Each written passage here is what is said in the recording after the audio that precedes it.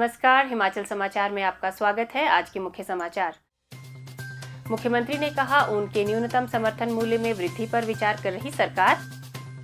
गद्दी समुदाय के प्रतिनिधिमंडल ने श्री मनोज कुमार को वूल फेडरेशन का अध्यक्ष नियुक्त करने पर मुख्यमंत्री का किया आभार व्यक्त। देश का आईटी हब बनकर उभरेगा हिमाचल। सूचना प्रौद्योगिकी क्षेत्र में की जा रही नवोन्मेषी पहल। नौकरी छोड़ अपनाई खेती, पुष्प उत्पादन से आत्मनिर्भरता की नई मिसाल बने श्री भाग सिंह। और अब समाचार विस्तार से। हिमाचल प्रदेश वूल फेडरेशन के नवनियुक्त अध्यक्ष श्री मनोज कुमार के नेतृत्व में गद्दी समुदाय के प्रतिनिधिमंडल ने आज शिमला में मुख्यमंत्री ठाकुर सुखविंदर सिंह सुक्खू से भेंट की। उन्होंने इस महत्वपूर्ण पद पर गद्दी समुदाय का प्रतिनिधि नियुक्त करने के लिए मुख्यमंत्री का आभार व्यक्त किया। इस अवसर पर मुख्यमंत्री ने कहा कि राज्य सरकार गद्दी समुदाय की कठिनाइयों से अवगत है तथा इस समुदाय से जुड़े विभिन्न मुद्दों का समाधान करने के लिए प्रतिबद्ध है। उन्होंने कहा कि राज्य सरकार उनके न्यूनतम समर्थन मूल्य में वृद्धि पर विचार कर रही है तथा सभी हितधारकों से परामर्श के बाद इस पर निर्णय लिया जाएगा।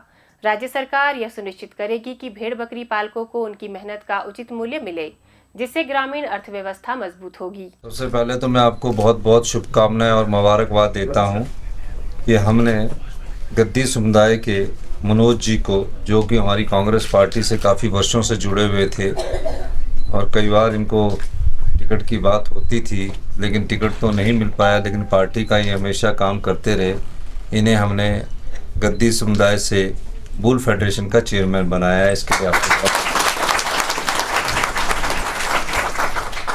ऊन का जो रेट बताया गया है वो पहली बार मुझे पता लगा कि 65 रुपये, और 10 साल पहले भी 65 रुपये ही था, 20 साल पहले। इस रेट को भी बढ़ाने के बारे में मैं मनोज जी से चर्चा करूंगा, इनके बोर्ड ऑफ डायरेक्टर से चर्चा करूंगा, और हमारा जो समुदाय जो भेड़ पालक है उसको ऊन का उचित मूल्य मिले, उसमें के घर में आर्थिक समृद्धि आए, क्योंकि इस पेशावर में बहुत कम लोग रह गए हैं, लेकिन जितने भी लोग रह गए हैं उनकी आर्थिक समृद्धि को मजबूत करने का दायित्व हमारा है। मैं आपको आश्वासन देना चाहता हूं कि आने वाले समय में इस समस्या का जो ऊन का रेट है उसको बढ़ाने की दिशा में हम आगे बढ़ेंगे।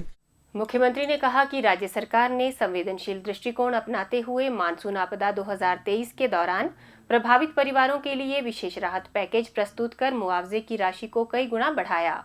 इस पहल के तहत भेड़ बकरी और सूअर की मृत्यु पर वित्तीय सहायता को 4,000 रुपये से बढ़ाकर 6,000 रुपये किया गया है। उन्होंने कहा कि आने वाले समय में पशुपालक समुदाय की सहायता के लिए इस वित्तीय सहायता को और अधिक बढ़ाया जाएगा।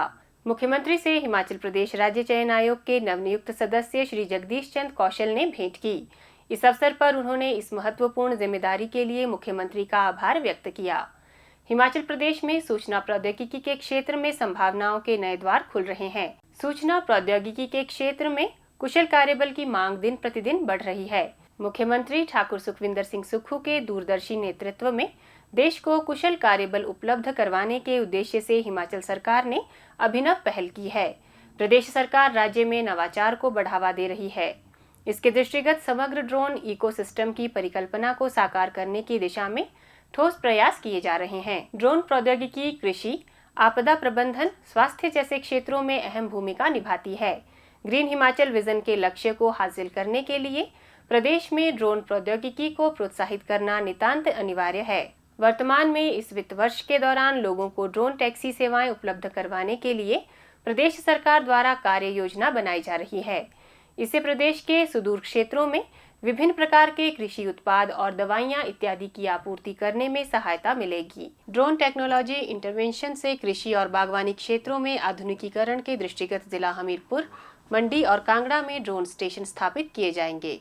ड्रोन प्रौद्योगिकी के माध्यम से सरकार युवाओं के लिए स्वरोजगार और रोजगार के अवसर सृजित करने की दिशा में कार्य कर रही है। प्रदेश के राजकीय औद्योगिक प्रशिक्षण संस्थान से वर्ष 2024-25 में राज्य के 243 युवाओं ने ड्रोन से संबंधित प्रशिक्षण प्राप्त किया है। युवाओं को ड्रोन प्रौद्योगिकी में दक्ष बनाने के साथ साथ अब राज्य में न्यू एज पाठ्यक्रमों का समावेश भी किया जा रहा है। इस दिशा में जिला कांगड़ा के नगरोटा बगवा में राजीव गांधी राजकीय अभियांत्रिकी महाविद्यालय में आर्टिफिशियल इंटेलिजेंस और डाटा साइंस का नया महाविद्यालय, जिला शिमला के प्रगति नगर में अटल बिहारी वाजपेयी राजकीय अभियांत्रिकी एवं प्रौद्योगिकी संस्थान में सिविल इंजीनियरिंग डिग्री कोर्स, जिला मंडी के राजकीय पॉलिटेक्निकल सुंदरनगर में कंप्यूटर साइंस एवं engineering, AI and machine learning का डिप्लोमा कोर्स शुरू करने को स्वीकृति प्रदान की है। इन पाठ्यक्रमों को शुरू करने के लिए आवश्यक स्टाफ की उपलब्धता सुनिश्चित की जाएगी। राज्य में नवाचार संस्कृति को बढ़ावा देने के उद्देश्य से 2 करोड़ रुपए के इनोवेशन फंड की स्थापना की जाएगी, जिसके माध्यम से प्रदेश के युवा अपनी नवाचार पहलों को साकार रूप प्रदान कर सकेंगे।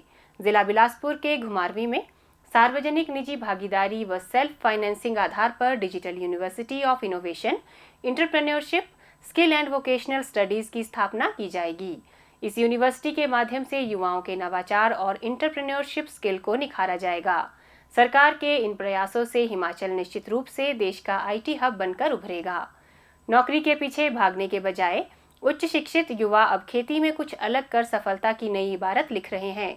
मंडी जिला के उपमंडल गोहर के चरखा गांव के श्री भाग सिंह आज उनमें से एक हैं और अन्य युवाओं के लिए प्रेरणा बन गए हैं।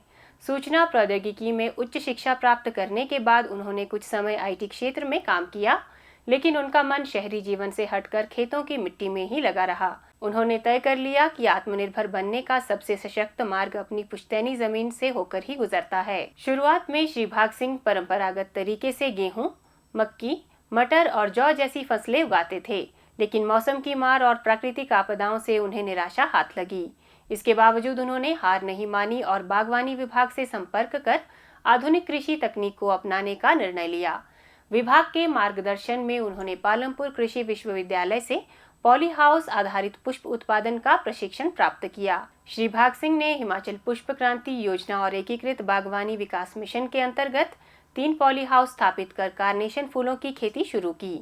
अच्छी गुणवत्ता और बेहतर बाजार मूल्य के चलते उन्होंने अगले 3 वर्षों में उत्पादन का दायरा बढ़ाया और वर्तमान में वह लगभग 1700 वर्ग मीटर भूमि पर कार्नेशन, स्प्रे कार्नेशन, स्टोमा और जिप्सो जैसे विदेशी किस्मों के फूल उगा रहे हैं। उनके उत्पाद दिल्ली की प्रमुख फूल मंडियों में भेजे जाते हैं, जहां उन्हें अच्छे दाम मिलते हैं। इससे उनकी सालाना आमदनी लगभग 10 से 12 लाख रुपए तक पहुंच गई है। हमारे को एक तो पॉली हाउस में जैसे 85% सब्सिडीज़ मिली, और फिर जो हमने इसमें प्लांटिंग मटेरियल लगाया, फर्स्ट टाइम जैसे प्लांट लगाया, नेट लगाई, स्पोर्टिंग नेट लगाई, जो भी इसमें मटेरियल लगाया उसमें भी हमें जो है सब्सिडीज़ मिली। उससे क्या होगा कि हमें ज़्यादा अपना पैसा लगाने की ज़रूरत ना पड़ी। फिर जब एक बार हमारा काम अच्छी तरह चल पड़ा तो फिर उसमें हमने कुछ अपने पैसे से भी बनाए और कुछ डिपार्टमेंट की तरफ से भी हमें और पॉली हाउस में हमने स्टार्ट शुरू किया। तो इस तरह से आज मेरे पास जो है कुल लगभग 1700 स्क्वायर मीटर एरिया है जिसमें हम फूलों की खेती कर रहे हैं, जिसकी कुल लागत लगभग 20 लाख से के आसपास बनती है, और जिसमें से लगभग डिपार्टमेंट ने हमें 15 लाख सब्सिडीज़ दी है। तो कुल मिला के 20 लाख में से हमारा मात्र 5 लाख ही अपना लगा है और 15 लाख गवर्नमेंट की सब्सिडीज़ आई है, जिसके लिए हम गवर्नमेंट का इसमें धन्यवाद करना चाहते हैं कि ऐसी स्कीम कर दे के, ऐसी सब्सिडीज दे के उन्होंने हम लोगों को इस तरह का बिजनेस दिया। कार्नेशन का जैसे हम लोग प्रोडक्शन करते हैं, इसकी कटिंग के बाद हम इसका जो बंडल बनाते हैं उसको हम बॉक्स में पैक करके मेन हमारा जाता है गाजीपुर, मंडी, दिल्ली।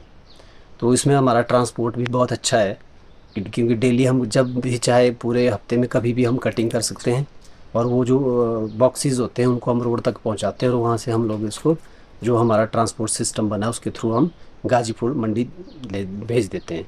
और इसकी जो आमदनी की बात करें तो हम साल का 10-12 लाख बड़े इजीली बचा सकते हैं। हर साल हमने अपडेट किया इसको, मतलब अपग्रेड करते रहे, नया नया पॉलिहाउस लगाते रहे। तो हमने कुछ 23 में लगाया, 24 में लगाया, जैसे अभी हमने 25 में भी और पॉलिहाउस बनाया हुआ है। तो इसके लिए मैं यही बोलना चाहूँगा कि जो बेरोज़गार है उस खेती को अपना सकते हैं और एक अच्छा प्रॉफिट कमा सकते हैं। हिमाचल पुष्प क्रांति योजना के तहत पॉली हाउस निर्माण पर 85% सब्सिडी तथा कृषि सिंचाई योजना के अंतर्गत ड्रिप इरिगेशन पर 80% तक सहायता दी जाती है। एकीकृत बागवानी विकास मिशन में फूलों की खेती के लिए 50% तक उपदान का प्रावधान है। इसके अलावा किसानों को पुष्प परिवहन के लिए बस किराए में 25% छूट और लावारिस पशुओं से सुरक्षा के लिए सौर ऊर्जा संचालित बाड़ लगाने पर भी 85% सब्सिडी दी जाती है। इन योजनाओं के माध्यम से किसानों को तकनीकी प्रशिक्षण, पौधों की उपलब्धता, बेहतर दाम और आधुनिक उपकरणों की सुविधा भी मिलती है। आज गौहर ब्लॉक के 66 किसान पॉली हाउस तकनीक से फूलों की खेती कर रहे हैं और वर्ष 2022 से अब तक विभाग द्वारा करीब 60 लाख रुपए की सब्सिडी प्रदान की गई है। इससे न केवल स्थानीय युवाओं को स्वरोजगार मिला है, बल्कि क्षेत्र में कृषि के प्रति एक सकारात्मक दृष्टिकोण भी विकसित हुआ है। महिला किसानों की भागीदारी भी बढ़ी है और सामुदायिक विकास में खेती एक मजबूत कड़ी बनकर उभरी है। श्री भाग सिंह की कहानी इस बात का प्रमाण है कि सही दिशा, तकनीकी ज्ञान और सरकारी सहयोग से युवा खेती के माध्यम से आत्मनिर्भर बन सकते हैं।